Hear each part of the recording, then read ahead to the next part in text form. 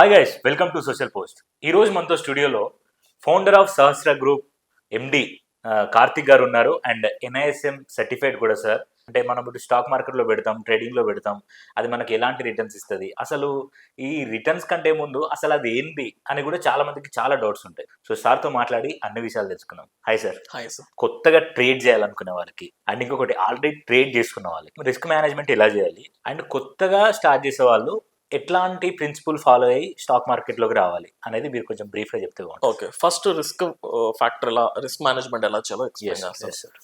మనం ఇంతకుముందు మాట్లాడుకుంటే స్టాక్ మార్కెట్లో 4 ఫైనాన్షియల్ ప్రొడక్ట్స్ ఉన్నాయి: equity, derivatives, commodities, forex. Yes sir. ఎప్పుడు కూడా మీ ఇన్వెస్ట్మెంట్ ని ఒకటే సింగిల్ ఫైనాన్షియల్ ప్రొడక్ట్ లో ఎప్పుడు ఇన్వెస్ట్ చేయకూడదు. ఓకే, ఒకటే సెగ్మెంట్ లో పెట్టేసి, లైక్ వారెన్ బఫెట్ ఒక ఫేమస్ కొటేషన్ చెప్తాడు, don't put all the eggs in the single basket. ఇప్పుడు ఈక్విటీ మార్కెట్ లోనే మీరు అంటే క్యాపిటల్ పెట్టారు, ఇప్పుడు మార్కెట్స్ పడిపోతుంది లాస్ట్ 6 months నుంచి, మీ రిటర్న్ ఎంత? జీరో కదా, జీరో. అదే మీరు ఈక్విటీతో పాటు వేరే మార్కెట్స్ ని డైవర్సిఫై చేస్తే, ఇందులో ఒక 3 lakhs, ఇందులో 3 lakhs, ఇందులో 3 lakhs, అలా డైవర్సిఫై చేసుకుంటే ఒక సెగ్మెంట్ పర్ఫార్మెన్స్ బాగోపోయినా ఇంకొక సెగ్మెంట్ నుంచి మీకు రిటర్న్ వస్తుంది.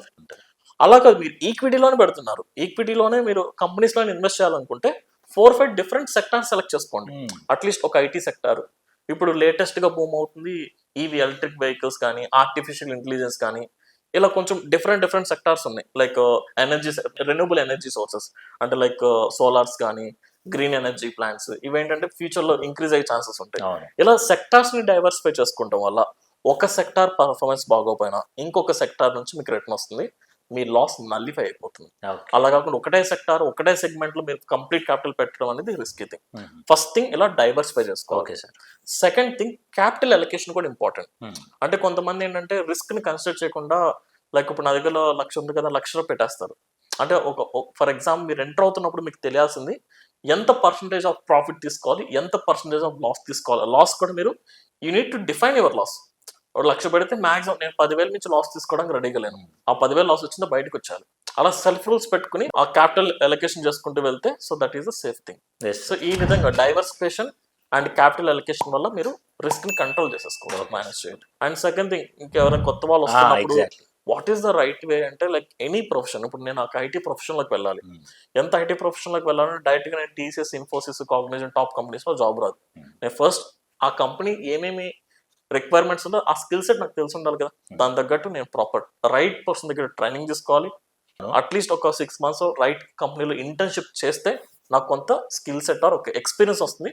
అప్పుడు నేను టాప్ MNC కంపెనీస్ లో నేను ఈజీగా ప్లేస్ అవ్వచ్చు రైట్ వేలో. సిమిలర్లీ స్టాక్ మార్కెట్ కూడా మీకు ట్రైనింగ్ అవసరం. ట్రేడింగ్ చేయాలంటే కంపల్సరీ ట్రైనింగ్ అవసరం. ట్రైనింగ్ ఎందుకు అవసరం అంటే, మార్కెట్స్ ఎప్పుడు ఈ రోజు ఉన్న మార్కెట్స్ రేపు ఉండదు, రేపు ఉన్న మార్కెట్స్ ఎల్లు ఉండదు. అంటే ఎకనామీ ఎప్పుడు ఒకేలా ఉండదు, ప్రతిరోజు వార్ జరగవచ్చు, జరగకపోవచ్చు. సడన్ గా ఇప్పుడు మనం మాట్లాడుకుంటాం, సడన్ గా ఇప్పుడు ఇండియా మీద బాంబు వేస్తే మండే మార్కెట్స్ పడిపోతాయి, ఏం జరుగుతుందో ఎవరు చెప్పలేం. సో డెఫినెట్లీ మీకు ఎకనామీ ఎలా బిహేవ్ చేస్తుంది, ఎకనామీ తగ్గట్టు మార్కెట్స్ ఎలా రియాక్ట్ అవుతాయి, ఇదంతా కూడా మన ఎక్స్పీరియన్స్ పీపుల్ దగ్గర నేర్చుకోగలం. సో మీకు ఒక ప్రాపర్ ట్రైనింగ్ ఉండాలి, ప్రాపర్ మెంటర్ ఉండాలి గైడ్ చేయడానికి. సో ఈ 2 సెలెక్ట్ చేసుకుని అట్లీస్ట్ మీరు ఒక 3 to 6 months సీరియస్ గా లెర్నింగ్ కి టైం ఇన్వెస్ట్ చేయగలిగితే ఇది లైఫ్ లాంగ్ మీకు ఇన్కమ్ ఇచ్చే సోర్స్. చాలా మంది 3 to 6 months ఏం నేర్చుకుంటాను, యూట్యూబ్ లో చూస్తే సరిపోతుంది కదా అంటారు, డబ్బులన్నీ పోగొట్టుకుని అప్పుడు ఫైనల్ గా రిలీజ్ అవుతారు, అప్పుడు నేర్చుకోవడం స్టార్ట్. ఎగ్జాక్ట్లీ. అప్పటికి ఆస్తులు క్యాపిటల్ మొత్తం పోతుంది, అప్పటికి మళ్ళీ అప్పులు చేస్తూ వస్తూ ఉంటారు. Instead of that 3 to 6 months మనది కాదని సీరియస్ గా ప్రాక్టీస్ కి, లెర్నింగ్ కి ఒక పర్సన్ దగ్గర నేర్చుకుంటే లైఫ్ లాంగ్ మీరు మీ నెక్స్ట్ జనరేషన్స్ కూడా నేర్పించుకోవచ్చు కదా. బికాస్ ఫైనాన్స్ నాలెడ్జ్ అని మీరు ఎంత సంపాదించాలని ఎవరికి ఇంపార్టెంట్ కాదు, దాన్ని మీరు ఎలా హ్యాండిల్ చేశారు. ఫైనాన్స్ నాలెడ్జ్ చాలా ఇంపార్టెంట్. సో ప్రాపర్ ట్రైనింగ్ అనేది compulsory. Okay sir, thank you sir, thank you so much. Thank you so much. So చూసారు కదా వ్యూవర్స్, ఇది ఇవాళ మనం కార్తిక్ గారితో మాట్లాడి తెలుసుకునే విషయాలు. నాకు తెలిసి మీ దగ్గర ఉన్న చాలా డౌట్స్ సార్ క్లారిటీ ఇచ్చినట్టు నాకు అనిపిస్తుంది. సో మీకు కూడా ఏమైనా డౌట్స్ ఉంటే కింద కామెంట్ బాక్స్లో తెలియజేయండి. అండ్ ఒకవేళ మీరు స్టాక్స్ గురించి అండ్ ఈ ట్రేడ్ మార్కెట్ గురించి మీకు ఏమైనా డౌట్స్ ఉండి, లేకపోతే ఇన్వెస్ట్మెంట్ చేయడానికి మాకు ఒక మెంటర్ కావాలి, మమ్మల్ని గైడ్ చేయడానికి కార్తిక్ గారి నెంబర్ నేను డిస్ప్లే చేస్తున్నా కింద. So you can contact them and మీకు కావాల్సిన డౌట్స్ అన్ని క్లారిఫై చేసుకొని మీ ట్రేడింగ్లో ముందుకు పోవచ్చు. సో మరొక వీడియోతో మళ్ళీ కలుసుకుందాం. అంతవరకు చూస్తూనే ఉండండి social post. Thank you, bye bye. Thank you sir. Thank you.